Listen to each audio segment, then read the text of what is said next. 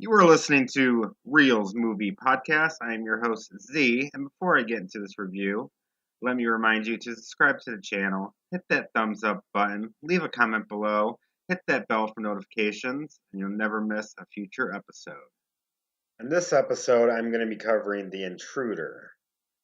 A young married couple buy a beautiful house on several acres of land, only to find out that the man that they bought it from refuses to let go of his property.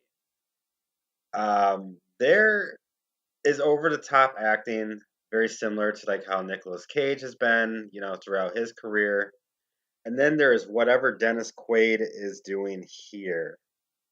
He just went balls to the wall playing a guy who's obsessed with his house and obsessed with Meagan Good's character Annie. He had a little bit of mix of Jack Nicholson from The Shining and then pretty much every single crazy character in movie history. I have to believe that the director Deon Taylor just told Quaid just to do whatever the fuck he wants. His facial expressions, especially here, made his character of Charlie Peck plain laughable, not threatening, not creepy, just annoying, and pretty much just a joke of a character. And don't get me wrong, I do like Dennis Quaid as an actor. I've been impressed with many of his performances.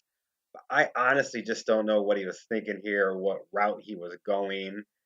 I mean, he did in certain moments, certain scenes, he kind of just staring off and just, playing a creeper, but it just didn't work. It just didn't feel like the characters were threatened.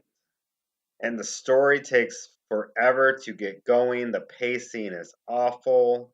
Scott and Annie's characters are just pretty much dumb as fuck, especially Annie's character. This is the type of movie that you will be yelling at the characters for their just how stupid they are. And Annie constantly just lets Charlie into the house and just becomes friends with him throughout. And she does it every time Scott tells her not to do it, not to let him into the house. And she just constantly does it. She does it like 3, 4 times throughout the whole movie, and it's just annoying. It just makes her character legit stupid. Charlie doesn't even he's not even being charming. It's just her character is just that dumb. And for her, she's a writer for women's empowerment for like magazines, and everything that she writes about, we don't. That's all we know what she does. But she talks about women empowerment, and she pretty much does the opposite here. And there's seriously no strong characters throughout this movie. And no matter what the story tells you, that Michael Ealy's character, Scott, tries to be a hard ass, but he just comes off as being a tryhard. He just acts like he's tough, but he's honestly not. He shows no toughness throughout, not even in the final act. It's like he's just trying to be tough for his wife.